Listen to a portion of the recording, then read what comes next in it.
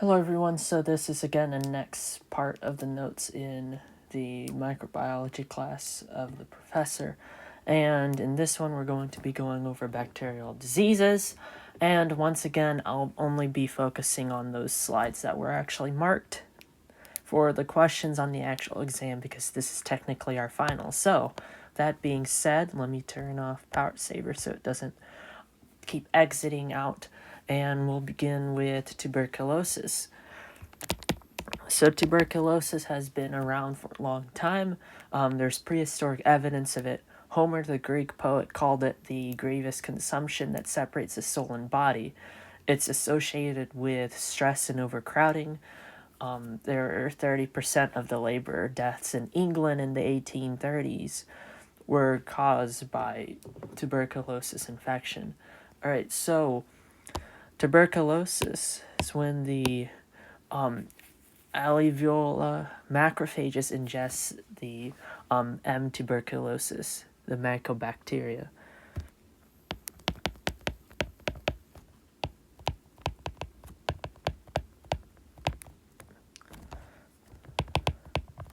So this mycobacterium will be the pathogen that's causing it. And it's actually tuberculosis, but TB for short, and to save time. That's going to be the species that we're focusing on. They're going to survive ingestion by lung macrophages.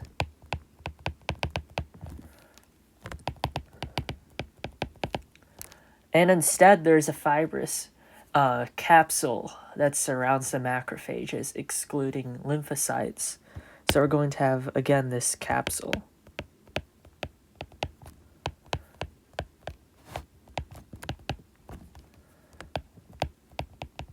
And this is going to prevent the lymphocytes from moving in.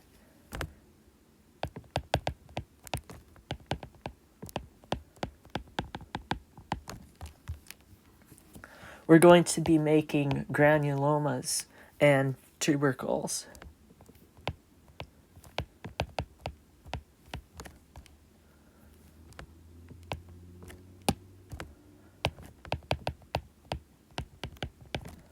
That's where it gets its name.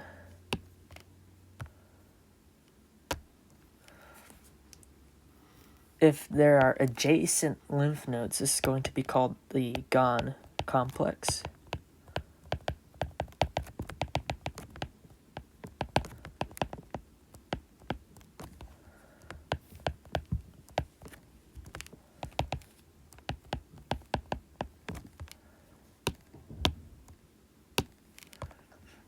Some bacteria will survive and they're prevented from multiplying, however, due to the low pH and low O2.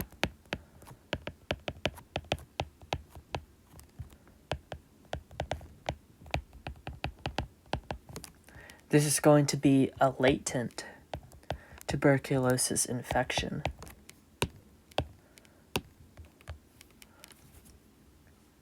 The tubercles, these could rupture and they release the mycobacteria into the airway.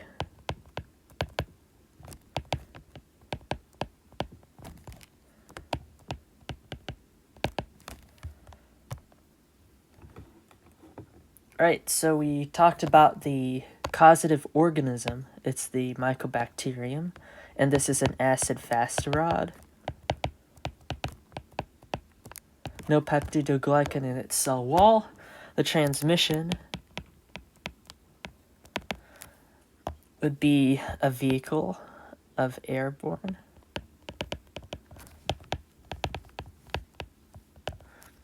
And we have latent infections.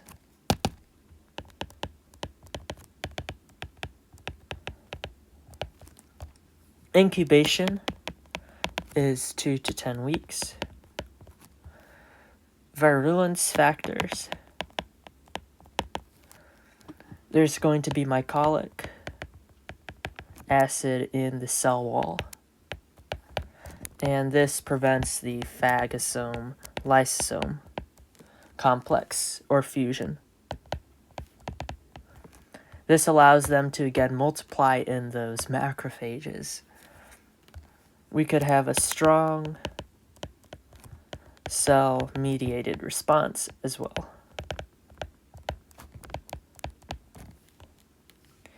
Symptoms include minor cough, and then we get to later symptoms like difficulty breathing,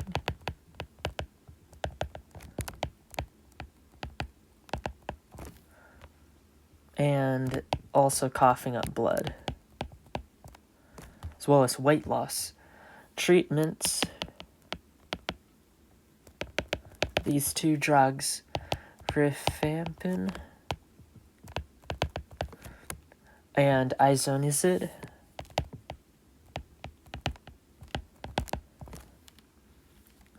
how to prevent. You could take the tuberculin test.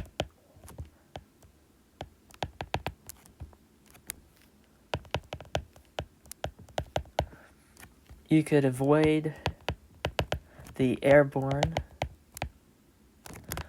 Mycobacterium, and there's also the BCG vaccine, which is only in other countries because you appear positive even if you've taken the vaccine. So they don't do that here in the US, but in other countries they do. Alright, so we were talking about that tuberculin test.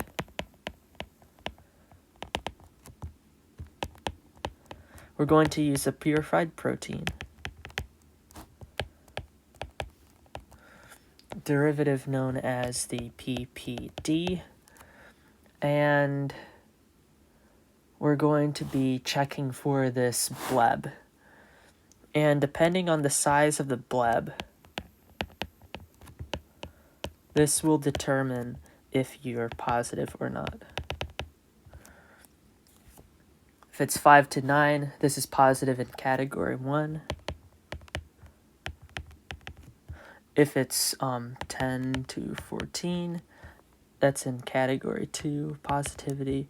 And if it's 15 millimeters, that is a positive in category 3.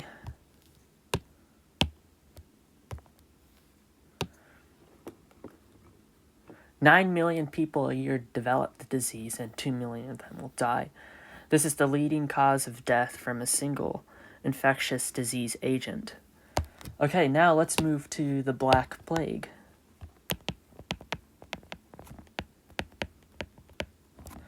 So the Black Plague is going to progress from the provinces in the Mongol ancestral homeland, and we're going to spread it through all the trade routes throughout Africa, throughout the Middle East, Indonesia, as well as eventually, unfortunately, to the death of a quarter of the population in Europe at the time. We're going to see it spread there as well. Italians were under siege by the Mongols in Kaffa in the Crimea. In 1347, the Mongols would use biological warfare where they would catapult the bodies into the towns. And after this, the disease was sent back to Italy and then to the rest of Europe. And then this is known as the worst public health disaster in recorded history because 25% of the population of Europe died. Okay, so we have, again, the causative organism here. This is Yersinia pestis. This is a gram-negative rod. Symptoms: we're going to have high fever, large lymph nodes known as buboes. That's where the name bubonic plague came from. It's because of these large lymph nodes.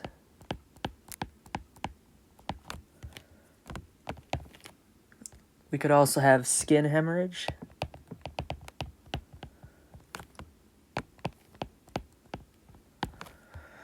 And bloody sputum.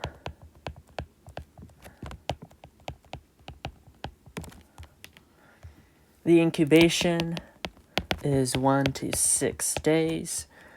Pathogenesis. So it's going to go through the flea bite. And then the macrophage. And then this is going to release the virulence factors. The transmission, so we're going to see it be endemic in rodents.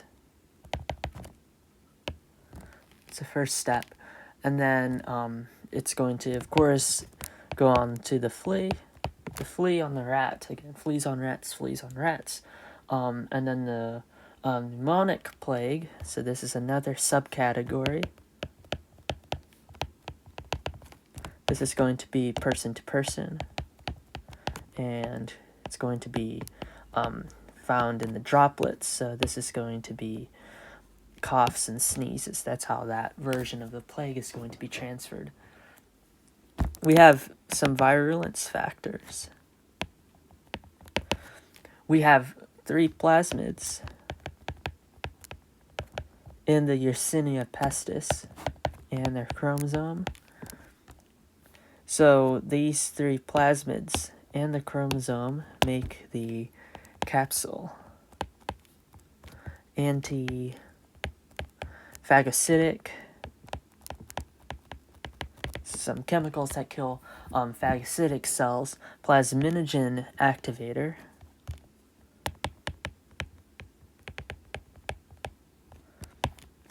this is going to stop clots,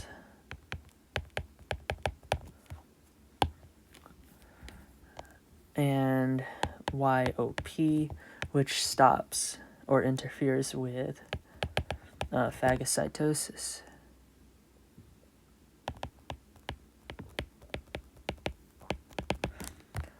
We could go over here, actually. We have enough room. Treatment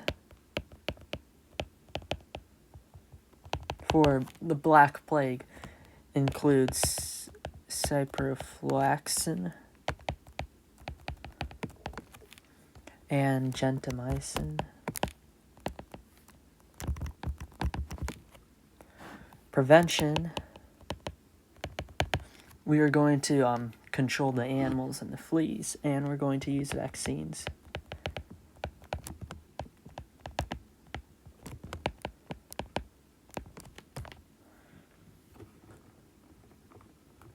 And we have the life cycle, so we're going to have a natural endemic host. That's going to be like the mouse.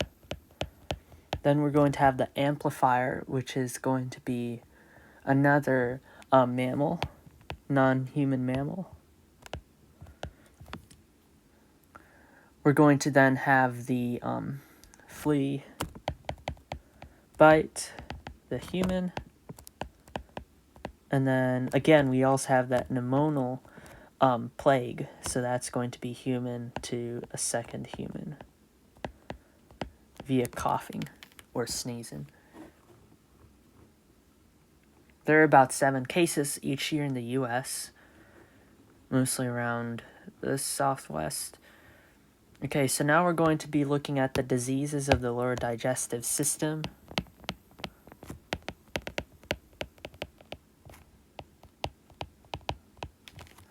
And the infection, again, that's the growth of the pathogen.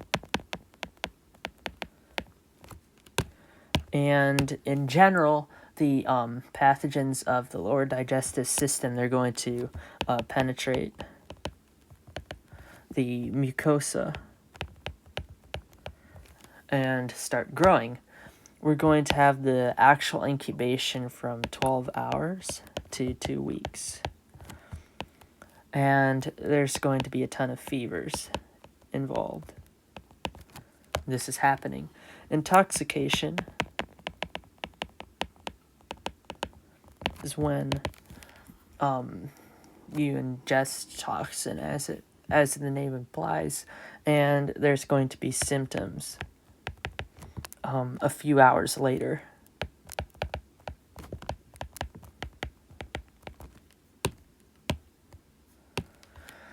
Enterotoxin.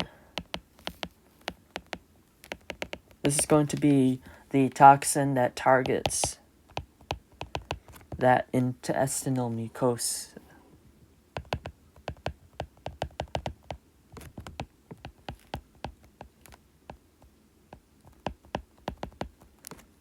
Remember, the infection for the lower digestive system, those pathogens, they have to penetrate the mucosa membrane of the intestine, so they're going to be using enterotoxins to do so. We have gastroenteritis. This is going to be diarrhea or dysentery.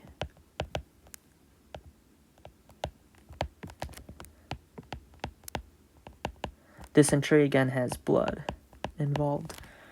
The treatment is oral rehydration.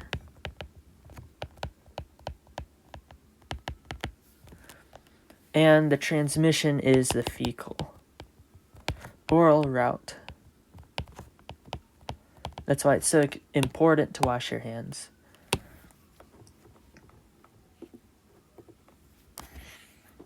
Okay, now we're going to be talking about typhoid.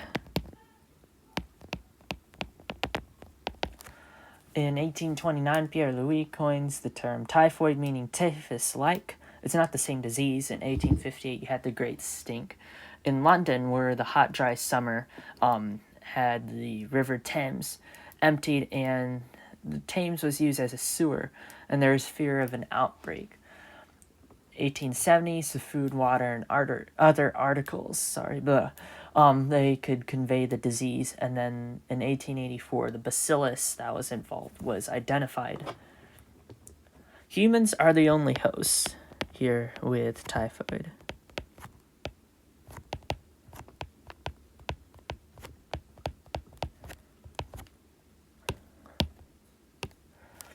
And it's spread, of course, person to person. You could become a carrier if it resides in the gallbladder.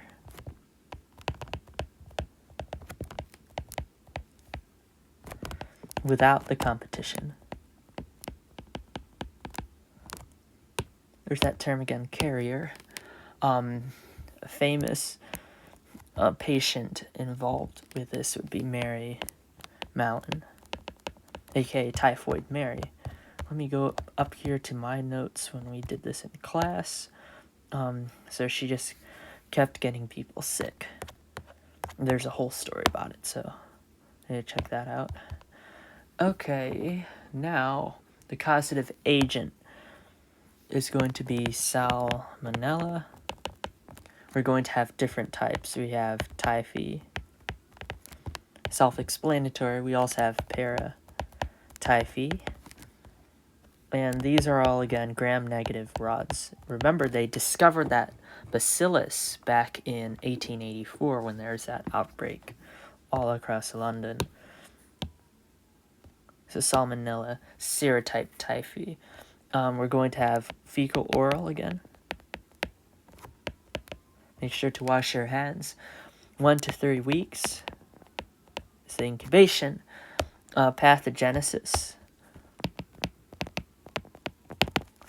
Okay, so we're going to cross the intestinal epithelium via the M cells. And then they're going to multiply in macrophages.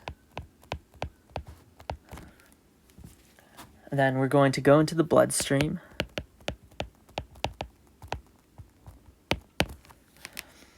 And there's going to be these things called Peyer's patches.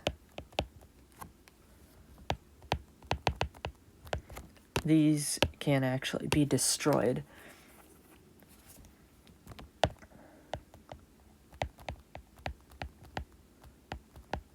And then this is going to cause intestinal rupture.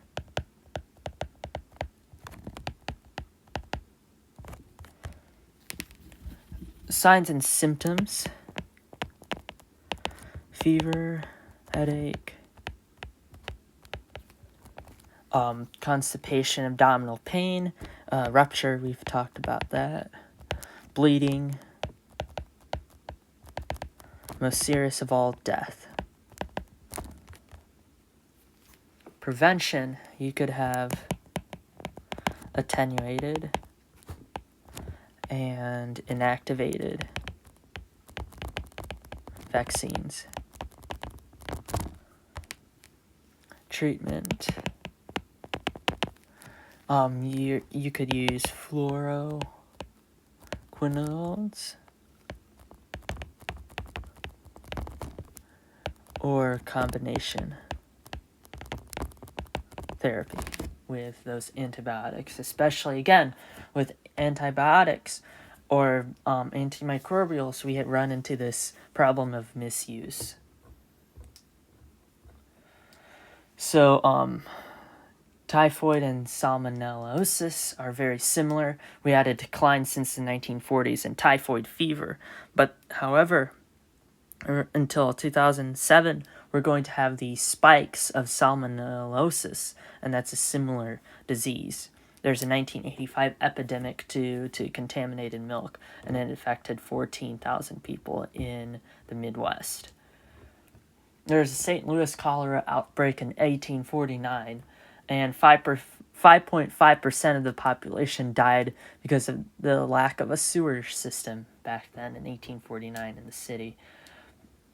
St. Louis sanitation Henry Kaiser, he relied on the city's limestone caves instead of building sewers, and that's why we got to that problem. And then so we're going to have overflows and then contamination around Biddle and 10th at Kaiser's Lake. Alright, so now we could also talk about, let me see if we actually had information on salmonellosis up here. Probably did. No. Okay. It's a wide area disease, 17 million get it, and 600k deaths, so another serious disease. Alright, so now cholera.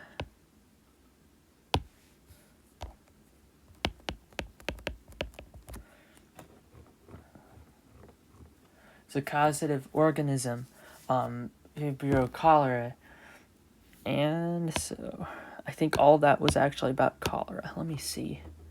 St. Louis cholera outbreak. Yep. Okay, so it's going to be Vibrio cholerae. Let me put that up here, actually.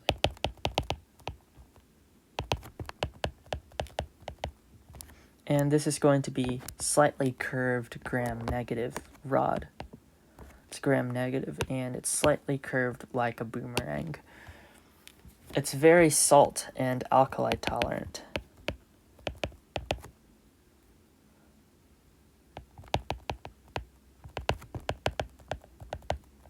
That's why it's so difficult to get rid of, fortunately. Transmission. Vehicle. We're going to get it from food or water. We're going to have feces there. And then also marine crustaceans also are a source.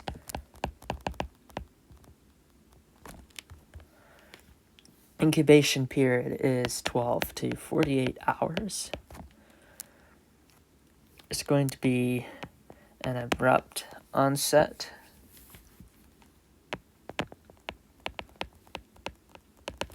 There's going to be diarrhea with large water loss. And rice water stools.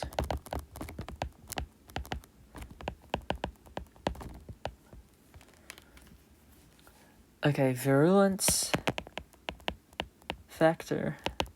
It's going to be the cholera enterotoxin.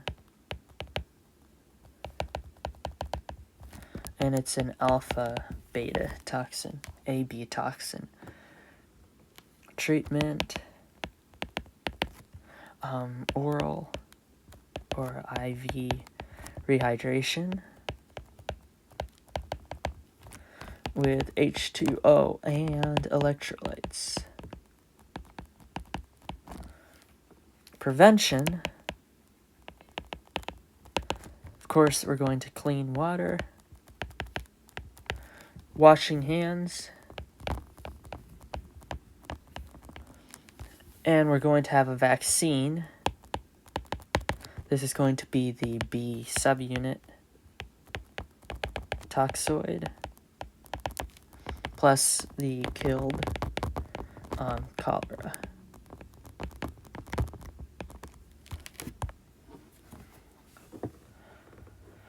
The cholera pathogenesis. So the first step, we're going to adhere to the epithelial of the small intestine.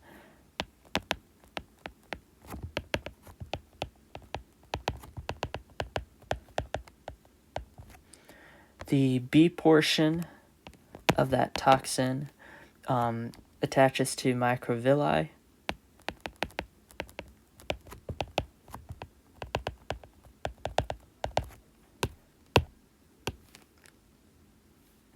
Missing an L, there we go. The A portion will enter the cells, activate the G protein, and that's of course going to turn on adenylyl cyclase, and that's going to create CAMP from ATP.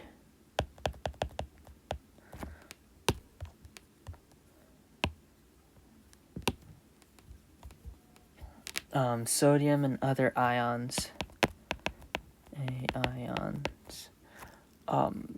will follow with the H2O. Remember, H2O always goes to a large concentration of ions. The toxin is actually from the bacteriophage. This AB toxin is from a bacteriophage.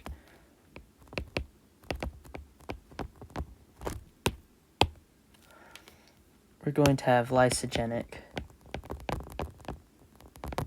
conversion. Let me look up what that means in my notes when we were doing this in class quickly.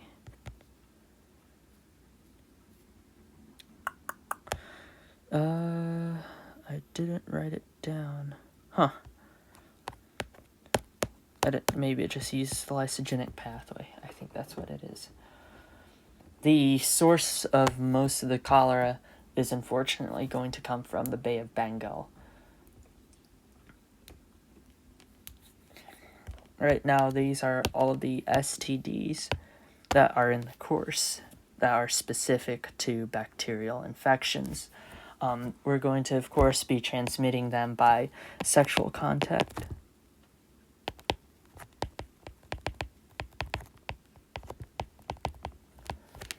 Of course, there's going to be G to G, G to O, and G to A.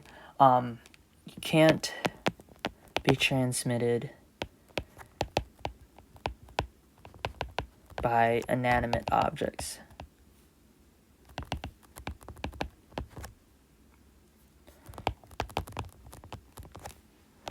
And he could use preventative measures such as these and antibiotics.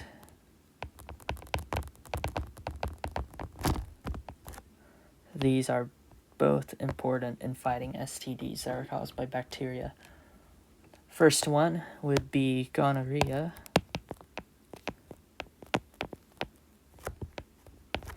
And of course, this is going to be Neisseria gonorrhoeae.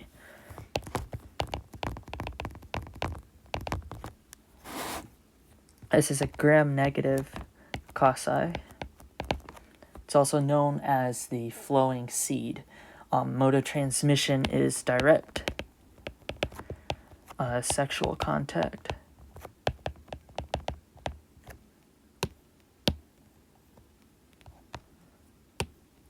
Virulence, our primary factor in the virulence, will be the fimbriae for attachment. But we also have the protease for IgA.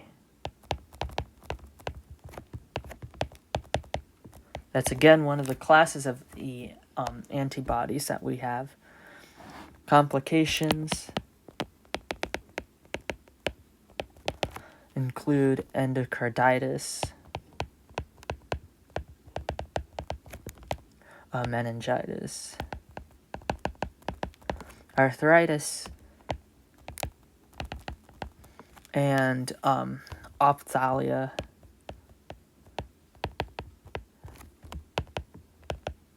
neonatorum.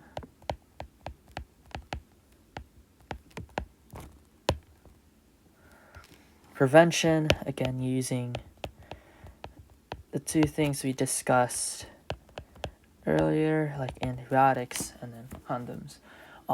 Treatment, we're going to be using ceftriaxone plus azithromycin, azithromycin, or doxycycline.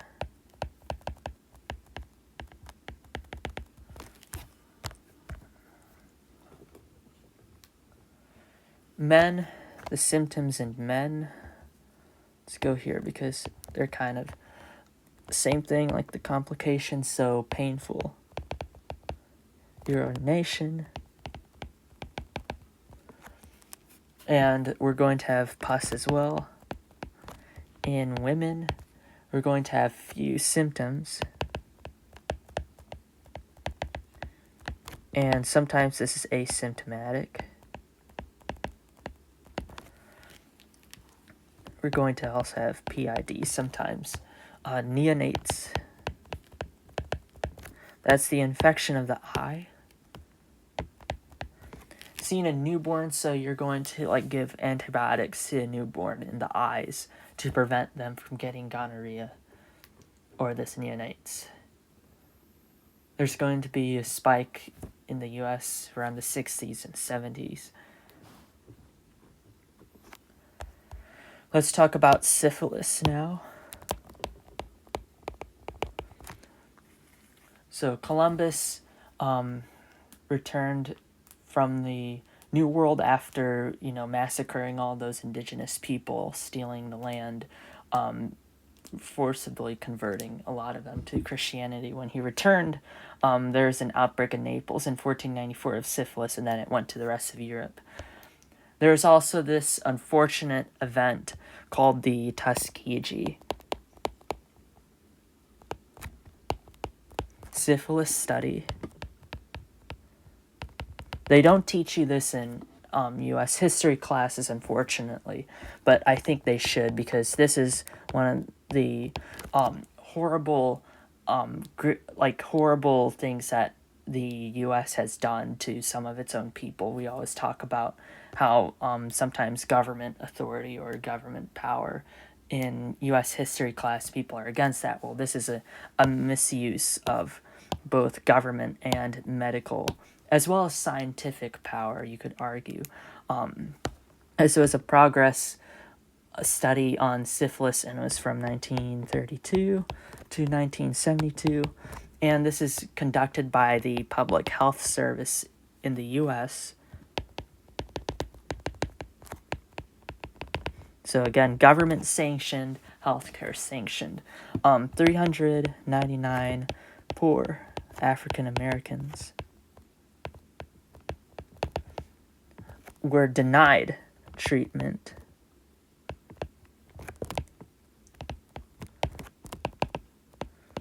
And instead, they were just observed by the officials and given just generalized care.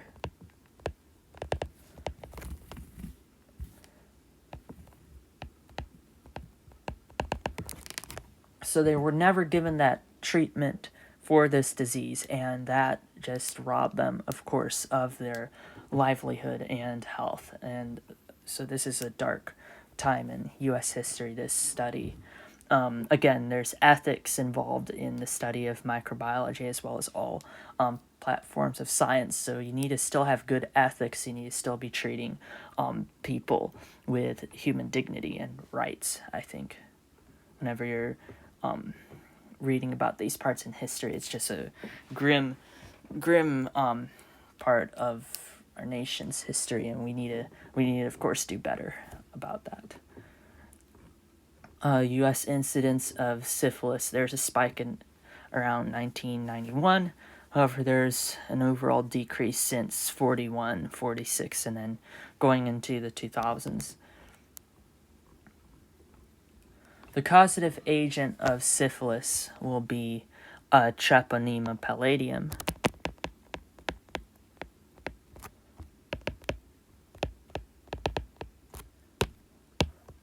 This is a gram-negative spirochete, so I'm going to have a gram-negative spirochete.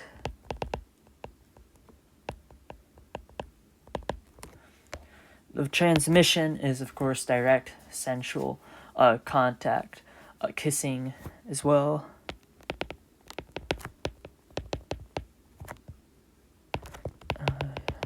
And we could also have transplacental transmission.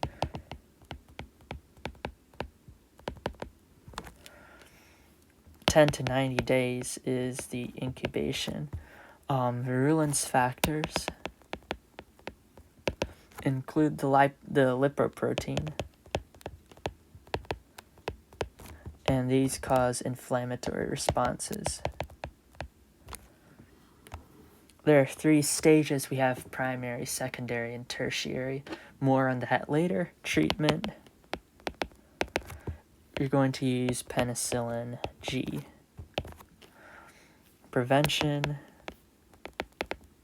Again, monogamy. Abstinence. And again, using protection. And getting tested as well. Make sure you're getting tested for any disease, whether it's STDs, whether it's COVID, whether it's a bacterial infection. If you can take that one step, and you could be a little bit ahead of the curve, I'd say take that step. Get tested for any of these diseases. And protect yourself, and you can protect your loved ones. It's just common sense. If you knew something bad was going to happen, wouldn't you like to test and know beforehand? I would. I just see it as common sense on these things, All right, the signs and symptoms. We talked about the 3 stages. The primary, we're going to have a painless canker, at the infection site. And there's going to be ulcerated center craters.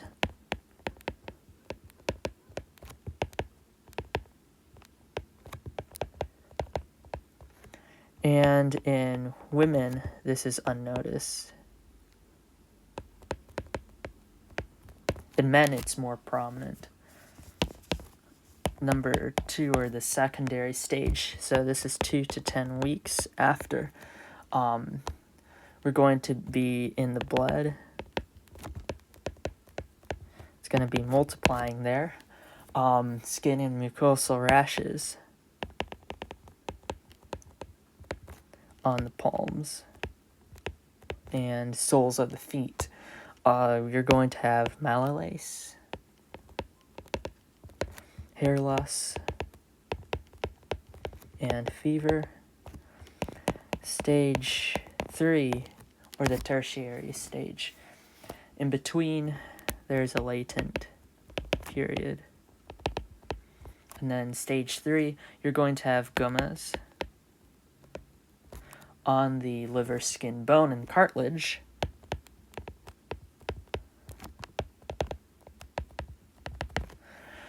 You're going to have neurosyphilis,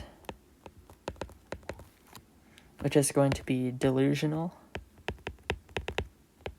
as well as cardiovascular.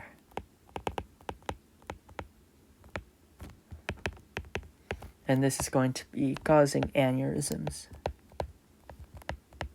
Very serious and horrible stuff to go through. All these symptoms sound extremely horrible. You could also have congenital syphilis.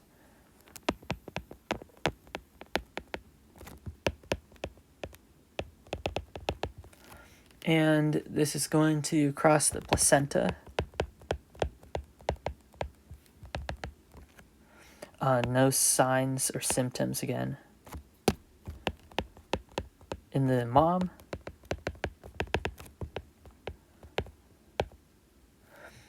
And this is at any stage.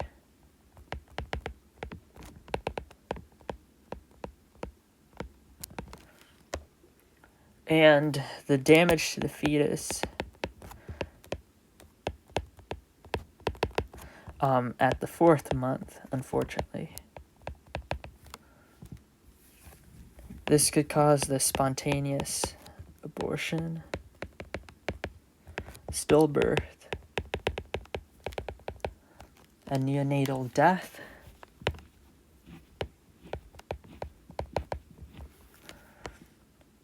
all survivors will develop symptoms, unfortunately.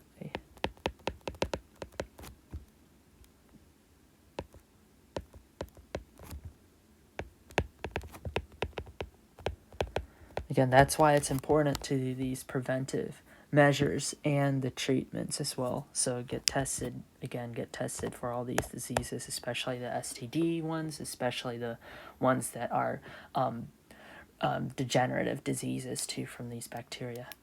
Okay. Newborn syphilis cases have reached dire levels, according to the CDC, as of making this review of the notes from class. There are 1.6 million cases of chlamydia, 700,000 of gonorrhea, about 200,000 of syphilis, and an alarming, again, 2,000, nearly 3,000 cases of STDs among newborns. And this is all from the CDC. So again, getting tested, all these preventative measures, using antibiotics correctly, using protection, all these things are going to prevent this, hopefully. So yeah, those are all the bacterial diseases. Please have a good rest of the day. Do something nice for someone. I'll see you soon. Take care.